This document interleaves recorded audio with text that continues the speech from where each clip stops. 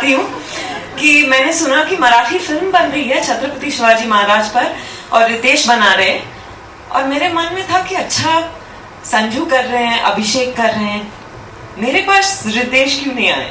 फिर लगा कि अच्छा शायद मेरे लिए कोई रोल नहीं होगा, या फिर वो मुझे बतौर एक्टर पसंद नहीं करते क्या पता। फिर वो आए, मैंने तो ठान ही लिया था कि मैं करूंगी, पर उन्होंने आके मुझे कहानी सुनाई और मैं बड़े ध्यान से सुन रही थी। मैंने कहा मैं थोड़ा सोच के बताती हूँ, बिकॉज मैं ज्यादा उत्सुकता एक्सप्रेस नहीं करना चाहती थी कि वो उनको पता ना चल जाए कि मैं एक्चुअली वेट कर रही थी कि वो आए। वो घर से निकले और मैंने उनको फोन किया और कहा कि मैं कर रही हूँ। ये मेरे लिए बड़े गर्व की बात है, बिकॉज मैं मुंबई में पैदा हुई, यहीं बड़ी हुई हूँ, तो to be part of a Marathi film and Marathi film of this scale on the life of Chhatrapati Shivaji Maharaj is a matter of great pride for me, and I'm very, very excited. And what a trailer! एक सवाल पूछा, मैंने बहुत सारे जवाब दिए। आपको हमें सुनता ही रहना अच्छा लगता है। रितेश जी का निर्देशन ऑब्वियसली हम सभी ने पहली बार आपने एक्सपीरियंस किया होगा। आपको उनकी एज ए ह्यूमन बीइंग तो बाकी सभी क्वालिटीज पता है, as a director आपको क्या qualities is No, I'll tell you, I thought he could have played Badi Begum because the nuances, the way he explained moments to me, you know, mannerisms and the authority that she exudes.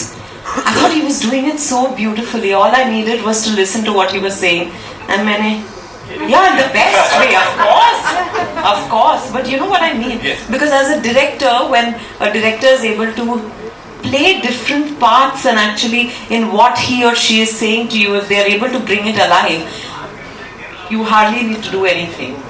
Wonderful. Thank you. I loved working with him. Thanks a lot. Ladies and gentlemen, now I'm going to introduce a tiger in real sense. Give it a big round of applause for Mr. Mahesh Manjrekar.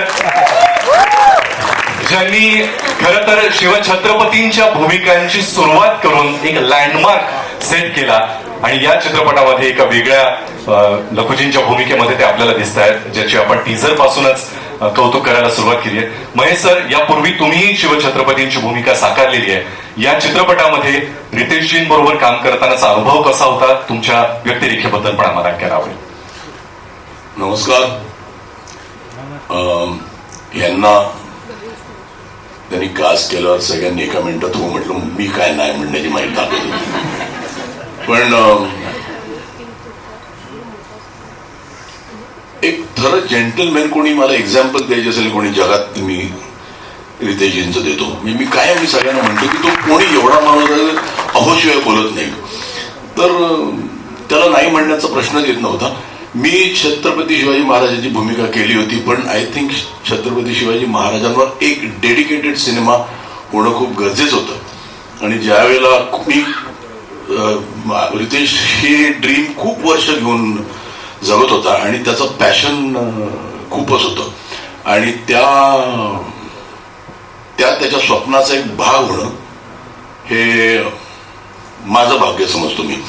आणि आज ज्या वेळेला मी बघितलं trailer, तर म्हटलं की tomorrow I can say with pride, I am part of the cinema. आणि outstanding as a director म्हणून तो जेंटलमॅन आहे. तो माझ्यात आणि त्याच्यात मी वाटतं जमीन आसमानाचा फरक असेल हे इथे काम करणाऱ्या लोकांना माहिती असेल. पण ही इज अ थर gentleman and a wonderful director, आणि मला खरंच खूप मजा आली.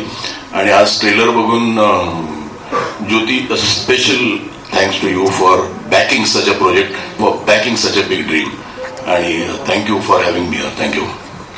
सर, तुम्ही कायम मराठी चित्रपटांबद्दलच्या ज्या चर्चा होतात, इंटरव्ह्यूज होतात, त्याबद्दल अशा भव्यतेचा चित्रपट बनला पाहिजे, त्यासाठीच्या अडचणी, अशा अनेक गोष्टींवर कायमच तुमची मतं व्यक्त करता आणि फार परखडपणे व्यक्त करता.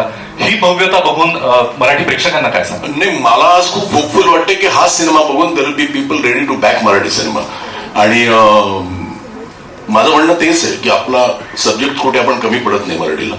What we lack is someone with a belief, आणि ते बिलीफ लोकांना रितेशने आणि ज्योतिजींनी दिलंय, याचा मला आनंद आहे. आणि हा ट्रेलर बघून तर माझं नक्कीच मत आहे की हा सिनेमा छप्पर तोड कमाई करणार आहे. क्या बात.